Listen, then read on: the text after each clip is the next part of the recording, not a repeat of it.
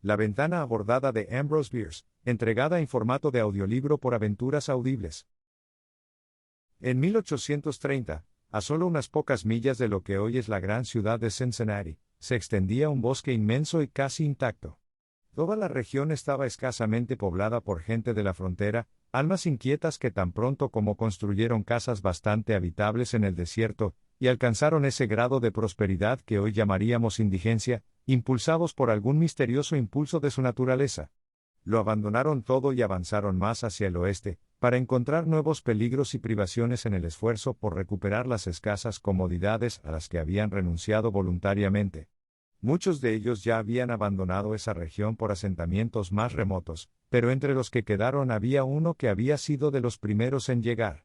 Vivía solo en una casa de troncos rodeada por todos lados por el gran bosque, de cuya oscuridad y silencio parecía parte, porque nadie le había visto sonreír ni decir una palabra innecesaria.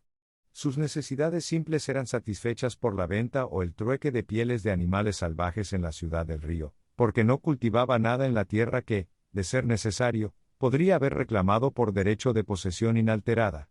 Había evidencias de mejora. Unos pocos acres de terreno inmediatamente alrededor de la casa habían sido limpiados de árboles, cuyos tocones podridos estaban medio ocultos por el nuevo crecimiento que se había sufrido para reparar los estragos causados por el hacha. Al parecer, el celo del hombre por la agricultura había ardido con una llama apagada, expirándose en cenizas penitenciales. La casita de troncos con su chimenea de palos, su techo de tablillas con babas cargadas con postes transversales y su tintineo de arcilla, tenía una sola puerta y, justo enfrente, una ventana. Este último, sin embargo, estaba tapiado. Nadie recordaba un momento en el que no lo estuviera. Y nadie sabía por qué estaba tan cerrado, ciertamente no debido a la aversión del ocupante por la luz y el aire, porque en las raras ocasiones en que un cazador había pasado por ese lugar solitario, comúnmente se había visto al recluso tomando el sol en la puerta de su casa, si el cielo le hubiera proporcionado luz solar para su necesidad. Me imagino que hoy en día hay pocas personas que hayan conocido el secreto de esa ventana, pero yo soy una de ellas, como verás. Se decía que el nombre del hombre era Murlock. Aparentemente tenía 70 años, en realidad unos 50. Algo además de los años había influido en su envejecimiento. Su cabello y su larga y espesa barba eran blancos, sus ojos grises y apagados, hundidos, su rostro singularmente surcado de arrugas que parecían pertenecer a dos sistemas que se cruzaban. De figura era alto y enjuto, con los hombros encorvados, un portador de cargas. Nunca lo vi. Estos detalles los aprendí de mi abuelo, de quien también aprendí la historia del hombre cuando era niño. Lo había conocido cuando vivía cerca en esos primeros días. Un día Murlock fue encontrado muerto en su cabaña. No era momento ni lugar para forenses ni periódicos, y supongo que se acordó que había muerto por causas naturales, de lo contrario me lo deberían haber dicho y debería recordarlo. Solo sé que con lo que probablemente fue una sensación de idoneidad de las cosas, el cuerpo fue enterrado cerca de la cabaña, junto a la tumba de su esposa, que lo había precedido tantos años que la tradición local apenas conservaba un indicio de su existencia. Esto cierra el capítulo final de esta historia verídica, salvo, en efecto, la circunstancia de que muchos años después, en compañía de un espíritu igualmente intrépido, penetré en el lugar y me aventuré lo suficientemente cerca de la cabaña en ruinas como para arrojarle una piedra, y huyó para evitar el fantasma que todo muchacho bien informado sabía que acechaba el lugar. Pero hay un capítulo anterior, el que me proporcionó mi abuelo. Cuando Murlock construyó su cabaña y comenzó a trabajar con fuerza con su hacha para labrar una granja, mientras el rifle era su medio de sustento, era joven, fuerte y lleno de esperanza. En aquel país oriental de donde procedía se había casado, como era la moda, con una joven en todos los sentidos digna de su honesta devoción, que compartía los peligros y privaciones de su suerte con espíritu dispuesto y corazón alegre. No se conoce ningún registro de su nombre, acerca de sus encantos mentales y personales, la tradición guarda silencio y el que duda tiene la libertad de albergar sus dudas, pero Dios no permita que lo comparta. De su afecto y felicidad hay abundante seguridad cada día adicional de la vida de viudo del hombre, pues qué sino el magnetismo de un recuerdo bendito podría haber encadenado ese espíritu aventurero a algo así. Un día, Murlock regresó de disparar en una parte distante del bosque, y encontró a su esposa postrada por la fiebre y delirando. No había ningún médico en kilómetros a la redonda, ni ningún vecino, tampoco estaba en condiciones de que la dejaran y de pedir ayuda. Así que se dedicó a la tarea de cuidarla para que recuperara la salud, pero al final del tercer día ella cayó inconsciente y falleció, aparentemente, sin que jamás hubiera regresado la razón. Por lo que sabemos de una naturaleza como la suya, podemos aventurarnos a esbozar algunos de los detalles del cuadro dibujado por mi abuelo. Cuando se convenció de que estaba muerta, Murlock tuvo el suficiente sentido común como para recordar que los muertos deben estar preparados para el entierro. En el desempeño de este deber sagrado cometió errores de vez en cuando, hizo ciertas cosas incorrectamente y otras que hizo correctamente las hizo una y otra vez.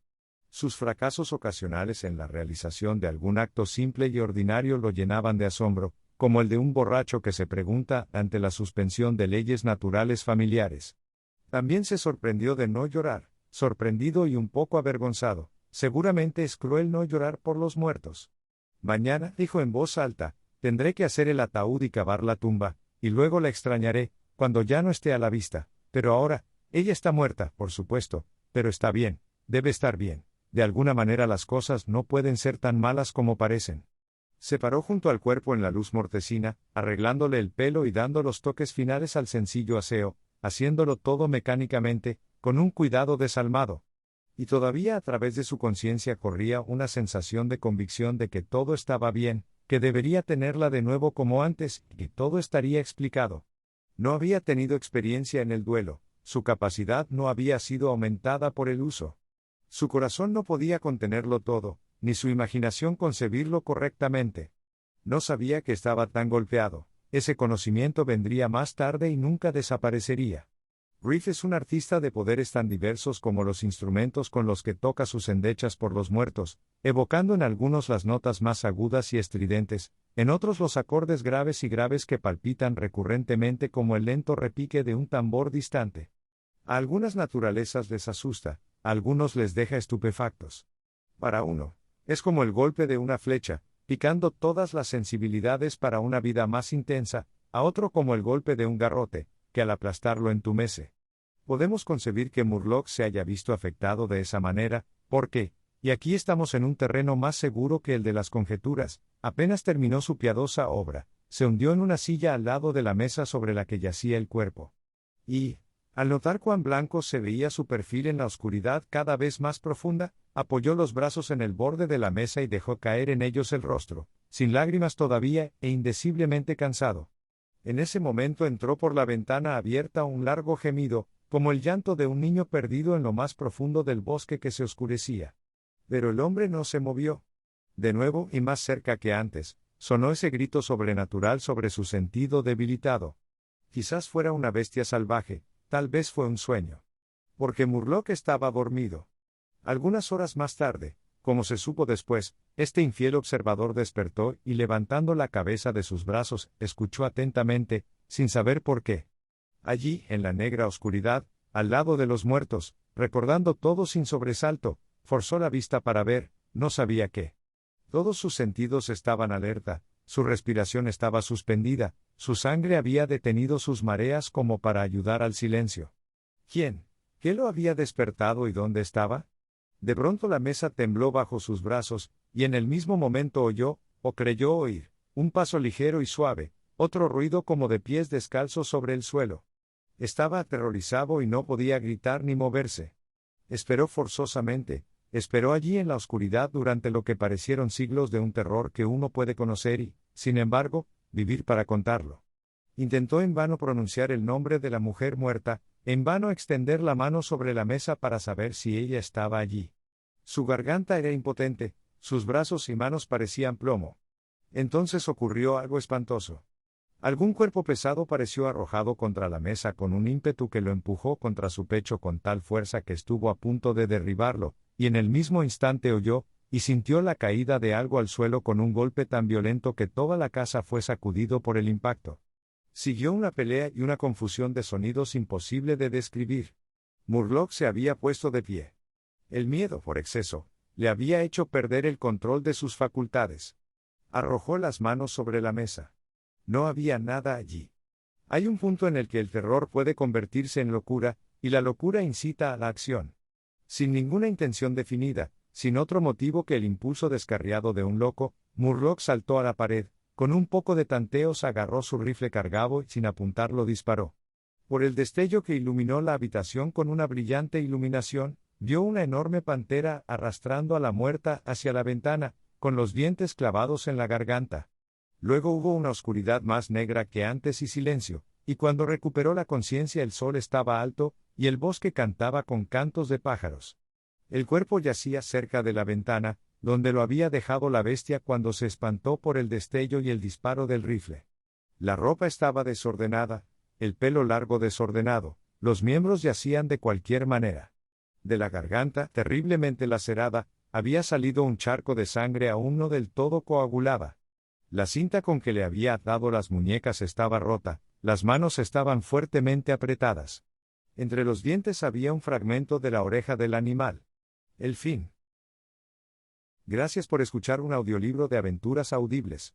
No olvides dar me gusta, suscribirte y estar atento a más aventuras en audiolibros extraordinarias.